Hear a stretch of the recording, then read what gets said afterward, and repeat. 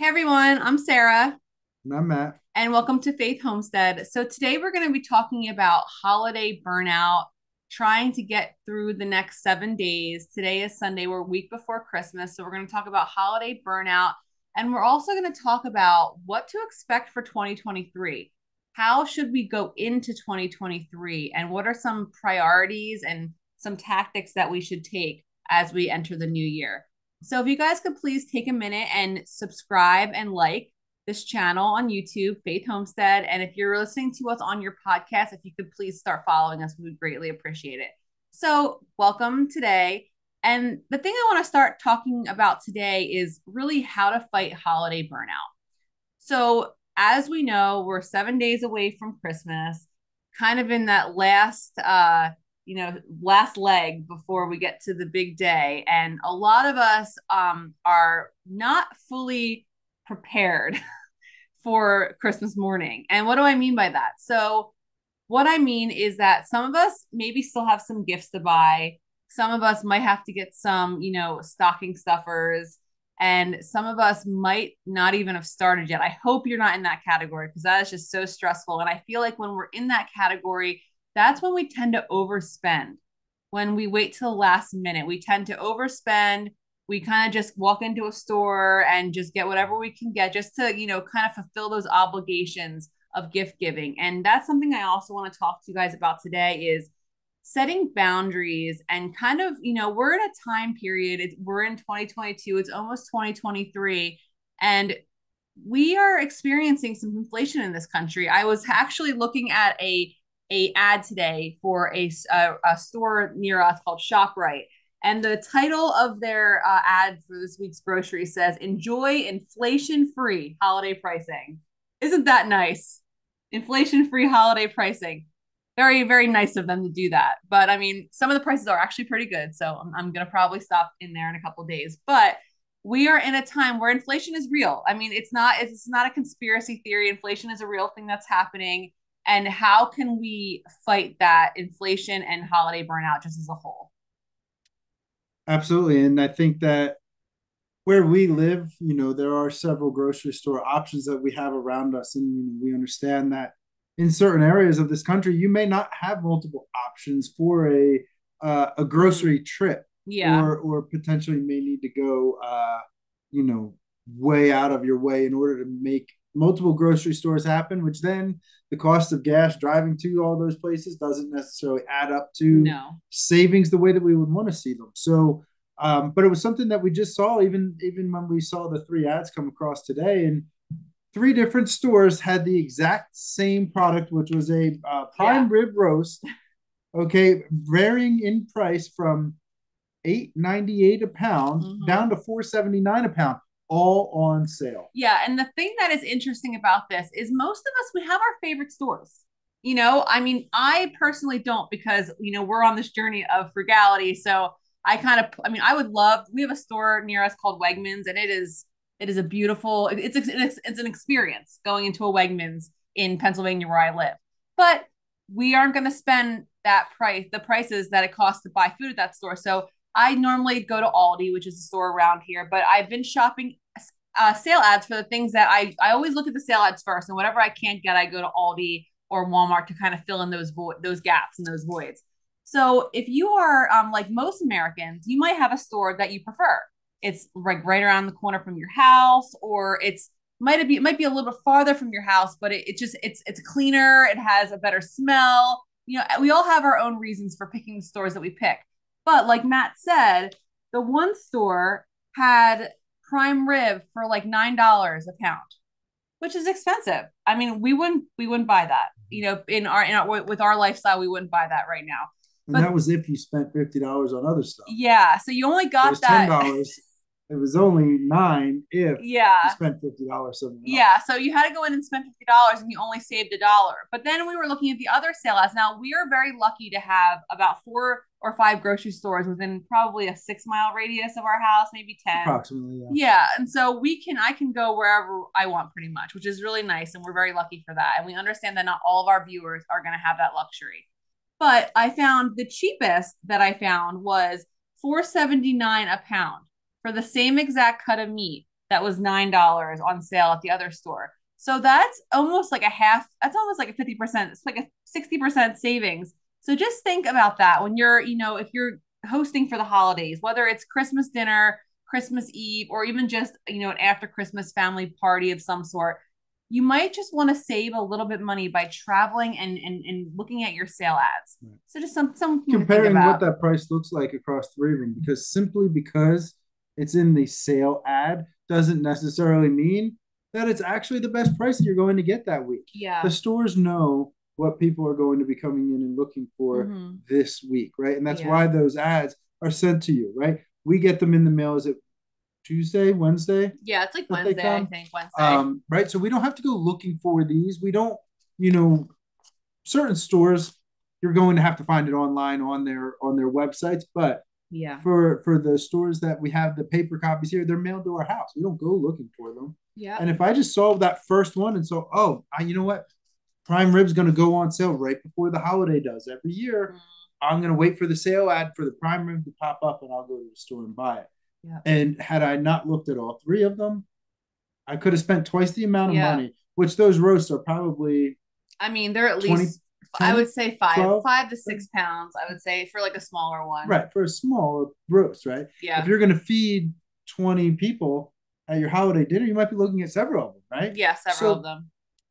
You could see, almost hundreds of dollars of difference Yeah. just on the meat alone for a holiday dinner. Yeah, and I think something that we also need to look at that I don't think people realize is I know that I'm just gonna tell you right now. I'm going to tell you sale ads are the biggest savings until forever. I mean, so just you're on my channel, it's sale ads till I'm blue in the face. But here's another thing. This is a great week. So right now, from today is what, the 18th? So from today until the 3rd of January, this is the time when you want to go into every store that is humanly possible in your area and stock up. Why do I say that? Because the things that are going to be on sale right now are usually higher end items. So like your brown sugars, your flours, your chocolate chips, all these things are on sale right now. Even butter in some instances. Butter is crazy right now, but you might get a really good deal. It might be a stock up time right now for butter. So you want to go and get all the holiday items that are on sale that you use all year round. I mean, everybody eats corn. I mean, most people eat corn year round. Most people are going to make a batch of cookies here and there year round. So you want to go in and you want to stock up on the items that are on sale right now because of the holiday. Examples of that is okay, chicken. Everybody likes chicken. And now most places have, rotating sales on chicken, but you can get chicken for probably 99 cents a pound in most grocery stores right now. And they're doing that on purpose because most people this week are not planning on buying chicken. They're planning on buying their turkeys and their ham and their prime rib. So they're trying to push that inventory of all that excess chicken out. So they're reducing it for the next 2 weeks. So stock up on the things that are not thought about right now as well. Here's another example. Frozen vegetables are going to be on sale for $1 a bag, most likely at most stores. Cheese, sugar, flour, all of these things. So now is a great time to look at your ads and go through and stock up on pantry and refrigerated essentials. So something that you should also think about with the holidays, and this isn't really a frugality thing, but I kind of want everybody just to take a minute and kind of take a deep breath because there is so much hustle and bustle with the holiday that I feel like we get through these next 7 days and then we like wake up on Monday and we come up for air and we're like, is it over? Like, did that just happen? It happens in the blink of an eye, but we get so overwhelmed with going to a million different places. I mean, for years, I remember when we first started dating, we would probably go to like 4 places, right, within a 2 day period. At least, yeah. Yes. So it's okay to have boundaries, and it's okay to, if you have little kids at home, to be like, you know what, I think we're just gonna stay put on Christmas morning, not have to. It's okay to say no. And we love family. We know that you love your family, but it is okay to put yourself and your spouse and your children first, especially during the holidays. Just something to think about. In that preparedness mindset again, right? If we come into this season already prepared, Yeah. the stress of the level of stress is going to be lower.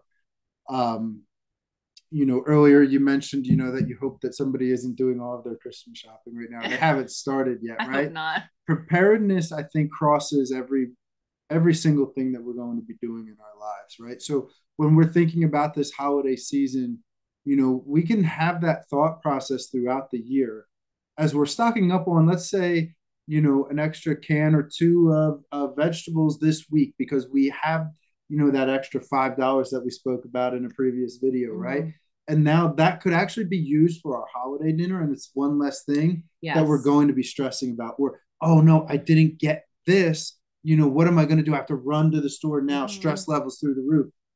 Wait, we've got the pantries stocked. We know. Yeah. Let's go and take a look, see what we've got. I haven't even gone shopping for Christmas dinner because the only thing that I have to do right now is to go and pick up my free ham. Right. That's it. So I mean, and that's something that our local grocery stores have. Yes. Where if you use your store card enough, they give you a free ham and normally a free turkey. It's like a loyalty perk for the store, and that's the only thing that I have to get. I have some, and it's probably not even going to be the one that we use. No, it's going in the freezer. I'm pulling the one out from last year, and I will put that one in the freezer. So I rotate. So I shop my pantry. I mean, like we said in a previous video, I mean, I'm fully stocked. So I mean, sure, okay, I lied. I'm gonna buy Brussels sprouts. He asked for bacon Brussels sprouts, so I will buy. I don't have those; those are fresh. So I will be buying Brussels sprouts, and I'm probably gonna buy another bag of potatoes just to replenish the potatoes that I'm pulling for Christmas because we have our cold storage, and I pulled potatoes for Thanksgiving from that storage, and I'll pull Christmas potatoes from there, and then I'll replenish the potatoes. But yeah, but basically the point is I'm not stressed about running to the store for a Christmas dinner. I have everything. I have 90%, 95% of what we need. So you can have this too if you just take into consideration the points that we try to, give you guys. You could be shopping through your pantry for Easter.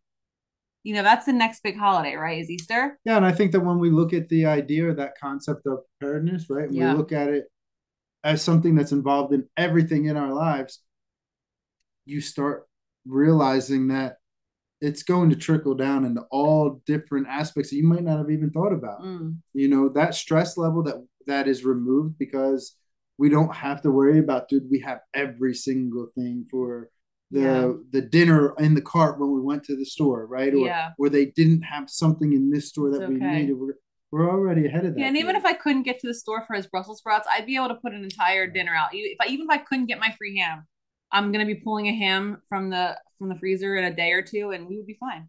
Yeah, and I think that again, that part of that too is traveling to families, the different locations for the holidays, and I feel like our holiday season gets stretched further and further and further out. Yeah. As we start to plan with friends and trying to get together with different people that we know at the holidays, it's going to be chaotic for everybody. Yeah. So I feel like our holiday parties stretch from the middle of December to the middle of January. Yeah. Now. Although we did do our really close friends early this year, and normally we don't see them until mid-January. Right. I feel like so that was nice.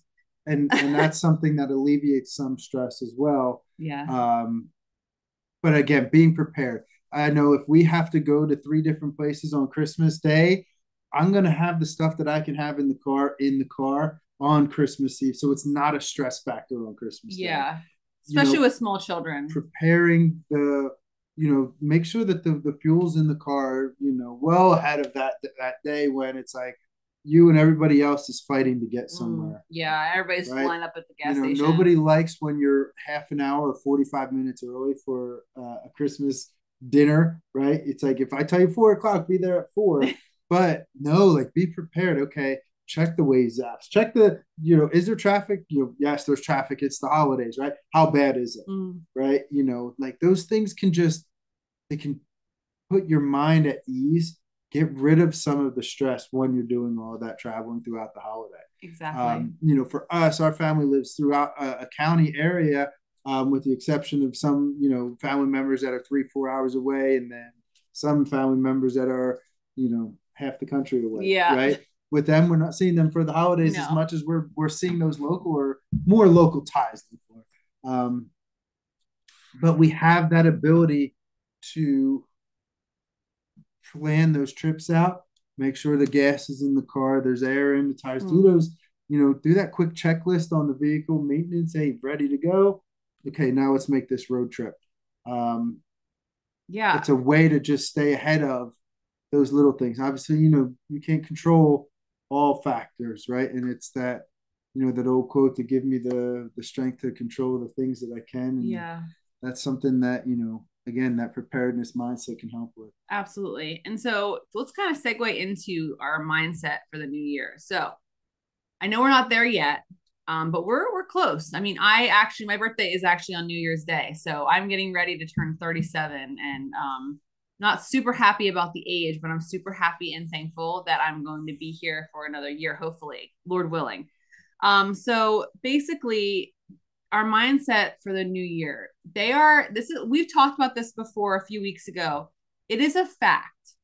2023 is going to be a lot harder economically, financially for those than it was in 2022, 2021, and the prior years. We are really going to be struggling as a country, and it's really going to depend on each person and each person's financial, I guess, security on how 2023 is going to personally affect each and every person.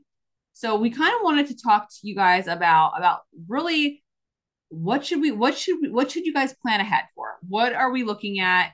How can it tailor to your needs and your outlook personally and financially?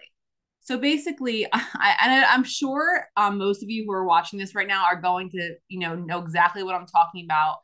Have you seen the meme on Facebook that's floating around that we are not supposed to claim 2023 as our year because we want to kind of approach 2023 really quietly, and we want to tiptoe into the new year and just hope that everything's going to be fine. And it is funny, but it's kind of underscoring, I feel like, what's actually coming. And I know everybody needs a break, and it's a funny thing to think about, like, because we all know 2023 is probably going to be, more a more crazy than the last year. But it's just, the thing that we want to really talk about is to get out of debt now. And what does that mean? I know that, many people, if you watch YouTube, many people are like, get out of debt, get out of debt. If you follow Dave Ramsey, he preaches get out of debt, get out of debt. But it's, Matt brought up a good point earlier. He's like, what does that mean to the average American? And I think it can be really flippant just to say, yeah, well, just get out of debt, right? Yeah, it's so easy. Just get out of debt. Like it's not that big of a deal. Just get out of debt, right? Yeah. And that was something that, and we've talked about it in the past. We accrued debt in order to establish ourselves in our careers. Debt, whether that was, the student loan debt or consumer debt that we had to use credit cards for everyday living needs, just survival through college for certain periods of time when I was away and was paying for a house here and an apartment while I was going to school in Chicago, and understanding and knowing that those were risks that we were going to invest in ourselves. Yes. That debt was something that we took on and we knew was going to be a challenge. We knew it was going to be a battle. It was a decade-long battle. We battled for a long time to get rid of debts that we knew when we took them were going to be a battle, right? And I think that it's really I wanted to make sure when we're saying, okay, let's get out of debt, that it's not something that we just did. We just snapped our fingers and said, debt, go away. It wasn't easy. Okay, I'm making $1 million a year, and okay, this little consumer debt doesn't matter. Pay this off. Like, it was a very big thing, and it affected us. It was a lot of sleepless nights worrying about how do we pay sometimes, right? Like there was that stress levels through the roof. Just making minimum payments because we refused to fall into a category of not being able to pay it back. Like, we took this debt on, and it is our responsibility to pay it back. And we paid back every single penny of what we owed. But it was extremely treacherous, like, to get through. I mean, personally, it was every we paid our bills bi-weekly, and every other week I was just like, there was days I would call him crying because I was like, I don't know how to like rearrange our money enough to like make this work this week. And And so so, when we say get out of debt, it comes from a standpoint of, we've been there and we've done that. yeah, so we feel like we This can talk is about it because we've experienced this it. is not something that is just, coming from a standpoint of, well, I've never had debt. Why would I have debt? Like Mm-hmm. we live that life, that battle, and we still do. Oh yeah, We're not no, we still have our we're not house. We still have student loans, and we're gonna pay every cent back. we're And it's not a struggle. we're not necessarily living this debt-free life now. We're working towards it. Yeah. It's a large focus in what and Yes. how we live and a lot of the decisions we're making, 1,000%. right? So when we say let's get out of debt, right, that's something that you know there are plenty of programs out there. I don't need to create a new program on getting out of debt, No. right? There's no need to reinvent the wheel. We listened to Dave Ramsey, and Dave has put together an amazing program, Mm-hmm. helping thousands of people, Probably hundreds of thousands, just eliminate debt. Mm-hmm. And there's principles, and Dave's plan really is, a successful way to operate. We didn't follow it to a T. No, we still don't. And we still don't. We're gonna be honest with you. We don't. I think that there's certain parts and aspects of that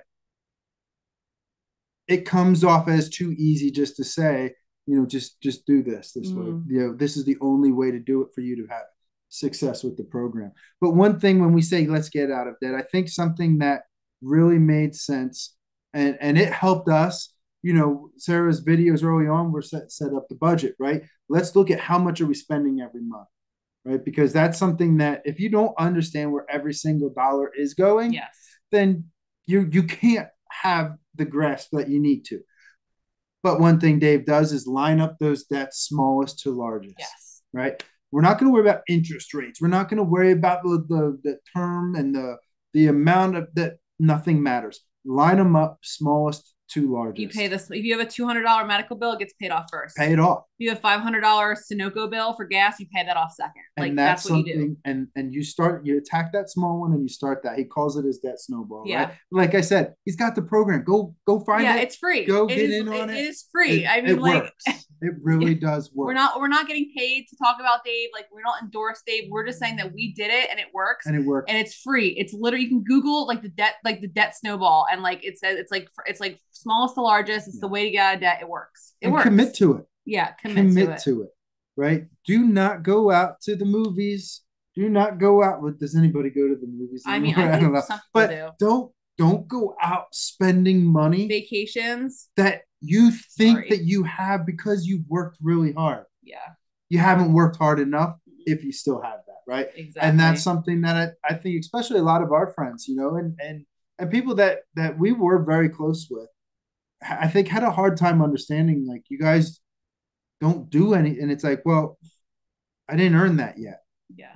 When I don't have that debt hanging over my head, going out to that meal, it's going to taste a heck of a lot better. Yeah. Right. And I don't want you to think that we're just gonna not do anything with our lives until we're 60 and out of debt, because we still want you to live, but you can live a wonderful life and do it simplistically. You don't have to spend thousands of dollars on these elaborate vacations to have a very, very wholesome, meaningful life. And that's the point. But not everybody's on board with that. But we have realized over a period of a decade that it is more meaningful for us to leave our children a legacy and to travel when they're a little bit older, and to do all these things when we're completely out of debt. Well, and I think that snowball too, as he talks about, right? It gains that momentum going down the hill. You attack it quicker, and you don't actually take as much time as what you originally thought you were going to take in that time, right? Yeah. And really, I think your perspective changes, and my perspective really changed as we got through that process.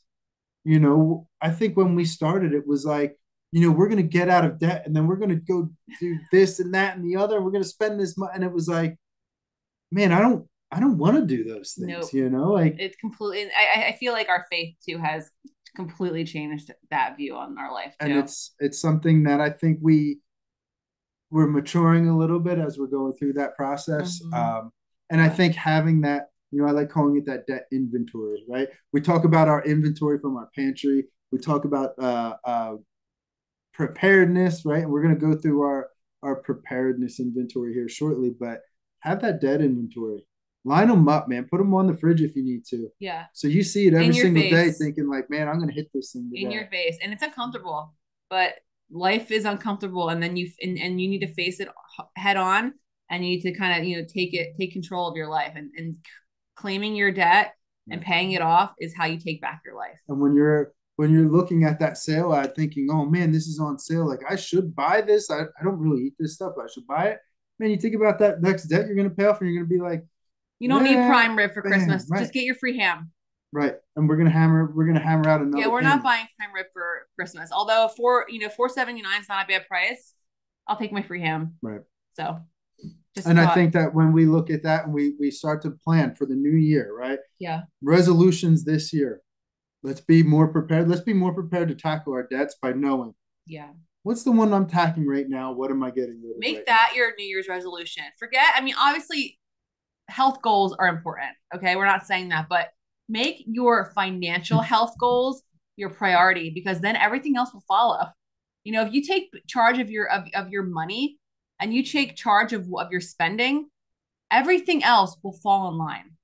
It really will, because you'll get such a sense of you'll be so like satisfied with the fact that you're paying off these debts that you'll be shopping sale ads, you'll be eating less, so you'll start to lose weight because you won't be indulging in $10 bags of Doritos because that's what you're used to buying. I'm just saying everything kind of falls into place if you start doing the first thing, now. so And then I think the next thing for the new year is that preparedness inventory. yes, And I think this is something you need to do it now. that it's extremely valuable. Yes. And this, again, we build this into our normal everyday lives now, but let's take an inventory. What do we have for our, and again, we've talked at length here about the idea of preppers, right? Like, Yeah. I'm not talking about our doomsday prepped list of, Yeah. gas masks and body armors, right? I'm looking at, do I have flashlights strategically placed? Do I have the batteries for them? Yeah. I personally don't like leaving batteries and flashlights for long periods of time. Super glue. I know that sounds silly, but have you seen the price of super glue lately? You might want to buy a bottle before it goes to like $10 a Right. bottle. Just saying. Have that kit in the car with the jumper cables and the flashlights and the road flares if you use a road flare, or electronic one if you use that. Do you even have one in your car? Right. So look at the car kit. And this is a great time of year to do it, because if you're traveling to see family, you want to make sure that thing's ready to go for you. Yeah, even just a first aid kit in your trunk. First aid kits. You know? There's all these companies now that sell these tactical, Yeah, like the IFAKs and stuff. and you open, like, I guarantee you open up 3/4 of the people that bought them and they're still in the plastic bag that it comes in sealed inside. Yeah. They don't even know what's inside their plan their a medical iPad. plan a medical kit. You should have a medical kit in your car, but it should have things that you're actually going to use, like maybe some Tylenol, ibuprofen, band-aids, scissors, gauze, stuff like that. Yeah, like a chest seal is not a high priority for but you never know. You could come up upon an accident on the side of the road. So if you could afford it, and you're out of debt, and you want to have a very fancy medical kit in your car, sure. But for the basic, you're really worried about your children and your family in your car, stuff like that. Right. So, and yeah, do that throughout the house. Do I have the flashlights? I think that having a flashlight, batteries in it, somebody breaks into your house, you want to be prepared to, defend yourself in that situation. You don't have time to be putting batteries in your flashlight. Yeah. But not every flashlight in our house should have batteries in it. Mm-hmm. They should be with it. They should be together in a bag so that I know, okay, power's out. We need to start getting through our process of getting some lights back on. I know that flashlight's there, those batteries are there. Yeah, and I think a reason why Matt is saying that, you're probably wondering, like, well, why can't I store batteries in my flashlight? Well, have you ever went and grabbed a flashlight that you haven't used in 5 years and opened it, and how corroded it is? Right. You don't want to have a flashlight, not only have the batteries now corroded and the residues all over, your positive and negative charge areas, but now you put new batteries in and it won't even work because it's so corroded. So it's really, you should, or it's limiting the amount of power that's actually getting from the battery to function it, lowering the amount of life that new battery is now going to have. Yeah. Simple little thing, like, just have a Ziploc bag with the flashlight and batteries together. Yeah. Drop them in, get it going. Because most likely you're already going to have some way of getting to them, knowing where they are. right? Not everyone is that way, but we have several that are placed around the house that only are going to get used in that emergency situation. Yeah. They're not our go-to when, we want that immediate flashlight, like, oh, I'm going out to the garage, want to have this thing on. I'm not going to go grab one of those. I have one that's set up. Yeah, I think if you carry a flashlight, I have a small string light that's in my pocket all the time, right? And I set a calendar reminder in my phone when I put my new batteries in that, so that I know, okay, it's time to put these new batteries in before they go dead. Because the worst thing is you grab that flashlight when you really do need it and you have no battery life left in them. Yeah. So the phone reminders are awesome for that. I love doing that for, anything with batteries, whether that's, optics on some of our guns have that red dot capability. They have batteries, set the reminder in the phone with the type of battery that you need. So when you got to go buy the battery for it, you already know, or go grab one from the inventory, you know which one you're looking for. Absolutely. And I think that, just basic household supplies, guys, now is a time before prices go through the roof to think about light bulbs, to think about buying extra bags of trash, extra trash bag boxes, after extra contractor size bags of trash, trash bags, the big black ones, things like that. If you have little babies at home, or if you're pregnant and expecting, and you're going to be, supplementing your breast milk with formula, you need to start stocking up on formula now. We've seen the shortages of formula. If you have children, that, toddlers that drink milk, maybe get some powdered milk, things like this, just to have a little bit of a security blanket is something that I really think going into 2023 is going to be really beneficial to you guys. So is there anything else you wanted to add today? I think that's it. Yeah, so we wish you guys a Merry Christmas. We actually we are not sure. We're gonna possibly record next Saturday, which is the Christmas Eve, but we're not 100% sure on whether or not we're gonna be able to fit an episode. And we have family coming in. We have a lot going on, as I'm sure you do too. So we might skip next week, but if we don't, you'll see a video be posted on Christmas night. Okay. We thank you for listening, and we guys hope you have a Merry Christmas. Happy holidays. Bye-bye.